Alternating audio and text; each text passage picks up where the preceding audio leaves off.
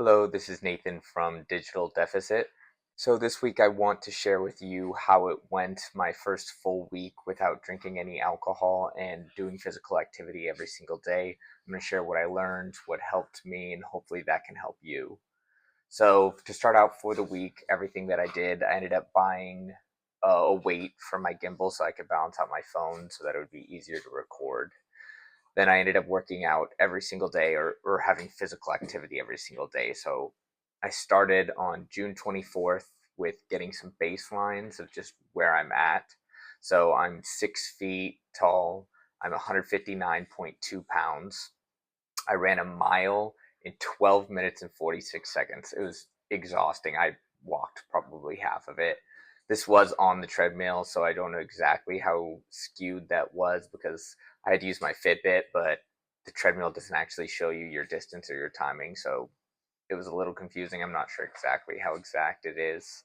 I was able to do 20 push ups in a row and 3 pull ups while finishing it off with 42 sit ups in 2 minutes. So I didn't feel very good. Everything was so much harder than I remembered it being. So that was definitely an eye opener for me. I ended up on the very first day of working out. I didn't feel like doing it again, so I took my dogs for a 2 mile walk, which is nice because having them makes it a little bit easier in the fact that I can just tell myself, oh, well, they need to go out because if I end up working out at the gym or doing yoga or something else, I still have to take them to the park. So it's two birds with one stone by taking them on a walk, and that's a little bit extra motivation on the days that I don't want to do it. Day two, I did a chest workout. So I like to do push pull legs. I got that like 4 or 5 years ago from Jeff Nippard. So I did a push day, which is chest, shoulders, and triceps. So I did that with weights at the gym. The next day, I did a pull day. So back, biceps, and I also do abs when I do back. Then on the third day, I ended up doing yoga in the morning. So the first two workouts that I did, lifting weights, were after I got off work. So I worked 9 to 8 at night. So those workouts were from like 9:30 to 11, and that was really hard to go to sleep after doing that. I was like sitting in bed for like an hour or two, not able to go to sleep.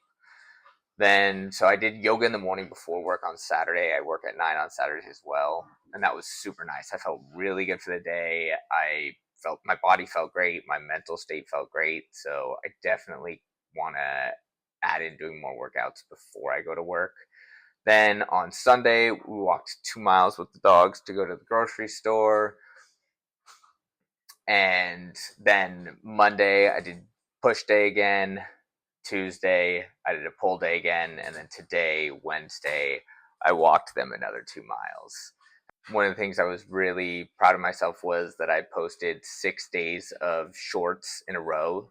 So every day I would film my workouts, and then my girlfriend May would edit them for me at night. She's amazing. I could not have posted them without her. I don't know anything about editing. To be honest, I don't really even enjoy it that much. I don't enjoy it at all. So having her to do that for me for the shorts is awesome. Really, really, really grateful for her. I also started reading a chapter of A Promised Land by Barack Obama, one chapter every single day. I want to incorporate more reading into my life. So it'll be one of my goals for one of the months to end up doing that more. This is just something I'm doing on the side in the mornings. So I enjoy the book. It's really interesting so far. I'm just picking a lot of like famous and significant people from the last 100 years and reading their biographies or autobiographies to see what they've done, to hear their stories, to see if I can learn from them. I've already done Lee Iacocca's, I think it was his autobiography, and Shoe Dog by Phil Knight, Losing My Virginity by Richard Branson. If you have any good recommendations, please, please, please let me know. I always love to read a good book, especially about somebody significant to history. I learned this week, one was that working out at night just doesn't work for me because I work 9 in the morning to 8 at night, which is what allows me to have 3 days off every week, which is a huge blessing. But on the other hand, during the days that I work, there's hardly room for doing anything else. So getting home, it takes me about 30 minutes to get home, 35 minutes. So by the time I get home, eat, let that food settle, it's like 9:30. Then I go to the gym. It's another hour or so. I mean, Thursday night of last week, I was working out till like 11:20 at night because I was at work until like 9:30. Ended up having to stay late, so it was especially exhausting the next day. And I found that after 3 or 4 days, I was completely wiped. So I had to adjust from doing that. I started working out in the morning on Saturdays. That helped a lot more. And then on my days off, I worked out in the middle of the day. So the other thing I learned that I'd say I'd add is that waking up early is super hard. Like I realized that I'd have to wake up around 5:15 in the morning to be able to get the workout in, get the eating, take the dogs out, do everything I need to do for the day before I go to work on the days that I work. So therefore, I'm going to have to set myself a complete sleep schedule that I follow. That's the third thing that I learned is that it's just not going to work if some nights I'm going to bed at 11, waking up at 8. Some days I'm going to bed at 9, waking up at 5 a.m. So I'm just going to try to go to bed by 9 every single day and wake up at 5 every single day. That also goes into the next part, which is that on Thursdays and Fridays, since I work until 8, I need to bring my lunch and my dinner to work so that way I can finish my last meal by like 6:30. So when I get home, I can just decompress, get ready, and go straight to bed. I feel like that was the first part of everything that I learned, was just how to fit it into my schedule, how it worked with my routine. The second part that I worked had to do with, one, the motivation to even go do the workout.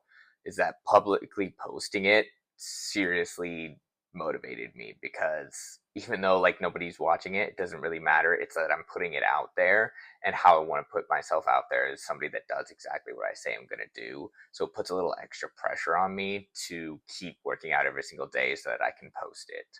Also, on the couple days that I also had lower motivation, having somebody else that wanted to work out with me was a huge bonus. So having a couple friends just that you could text and ask on that day if they would want to work out with you really, really, really helps me. Last couple things that I learned were, one, that telling myself just go for 10 minutes. That's all I have to do to hit my goal is 10 minutes, often turned into 20, 30, 40 minutes when I really wasn't feeling like it. So just getting there, telling myself I'm just going to be here for 10 minutes really helped. There was also one day where I ended up just telling myself 10 minutes. I did like 15 and I was done. And I hit my goal, and you don't have to do 30, 40, 50 minutes every single day. Even just getting out there for 20 was a huge help. Last two things relate to working out themselves, actually. One was that doing the same type of working out. So I've been listening to a lot of Andrew Huberman, taking a bunch of notes. That way I can try to learn how to do this the right way, because I have had lots of back problems in the past, and that's been a big, big, big deal breaker for me, especially after I start working out for a couple weeks. I end up hurting my back, not being able to walk for a couple of days. It's really painful. I've got muscle relaxers prescribed to me so that whenever that happens, I can try to help mitigate the pain. But by the time I've taken the muscle relaxers, usually it's already too late. So I try to avoid triggering it in the first place. So I'm trying to, instead of doing what I've normally done, which is just jumping right in, starting to lift weights, stretching a bunch, and then getting hurt after 3 to 6 weeks, I'm working on slowly, slowly, slowly building up my back.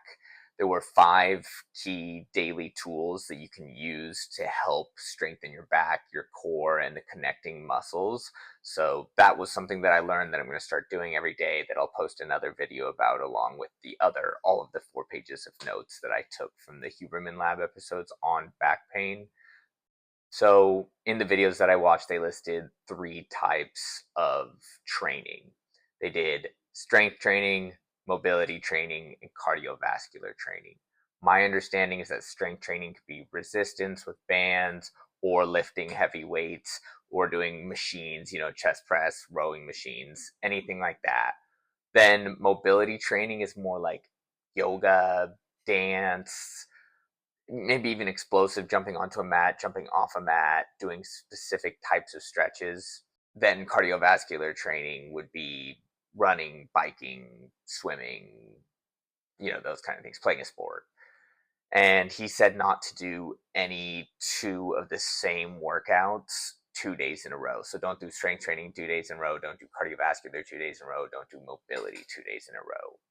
That was super interesting for me. So I'm going to have to adjust my workout plan accordingly. I don't exactly know how I'm going to do that yet.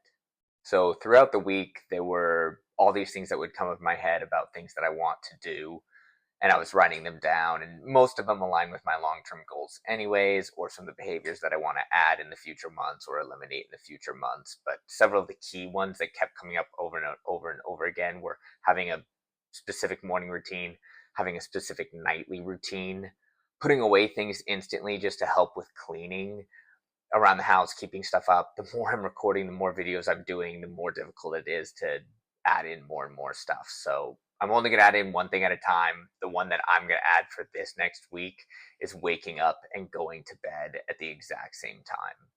So to recap, I'm going to go to bed and wake up at the same time, which is 9 p.m. at night is when I'm going to sleep. 5 a.m. is when I'm going to wake up every day for the next week on top of working out. I'm going to see how that goes. I wasn't trying to do more than one thing at once, but this kind of just has to happen in order for me to keep working out every single day and at least getting enough sleep and not, impacting the other areas of my life too negatively. And lastly, I have to figure out if my rest day can be a walk like I've been doing, or if I need a day completely with no physical activity to let my body reset if I'm just pushing myself too hard. So I'm still trying to figure out if that's okay. If you have any of the answers or know any studies or anything that you can provide me with, please let me know. That way, that'll help me out. I don't have to do all the research myself. Anyways, thank you for watching. Have a wonderful week.